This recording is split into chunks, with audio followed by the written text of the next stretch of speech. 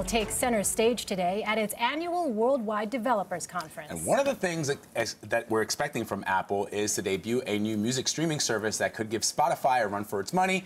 So we're joined now by CNET editor Dan Ackerman. Hey, Dan, what's up? Hey, guys. All right, so let's talk about Beats Music. It popped up on my Apple TV this weekend. So, you know, one day it wasn't there, and the next day it was, and I clicked onto it and to see what it was sort of like, and then there's this whole sign-up process, which I haven't done yet. What's it all about? And I think that's what they're going to do. They're going to make it a lot easier by integrating that Beats Music service into, you know, iOS and the other Apple operating systems. That's why they kind of bought a service that existed. They could build on that and kind of integrate it in and make it super easy for you to sign up. So how would this be different, this kind of Beats streaming service, be different from iTunes Radio? Because it never really took off. Sure. Yeah, I mean, I use iTunes Radio, but it's not that. I much prefer Spotify.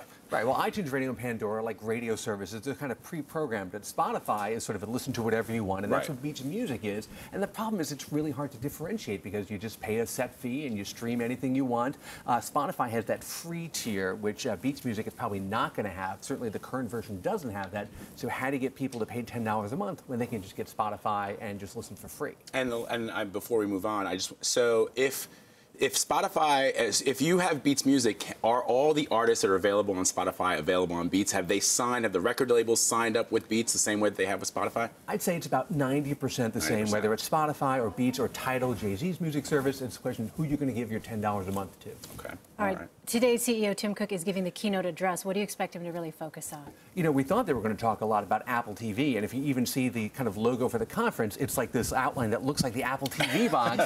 Apparently, they've delayed that, so now the Beats thing is big. New iOS improvements, OS 10 improvements, iOS 9 is probably going to come later in the fall, and they'll have things like improvements to maps with public transit on it, which I think is super important.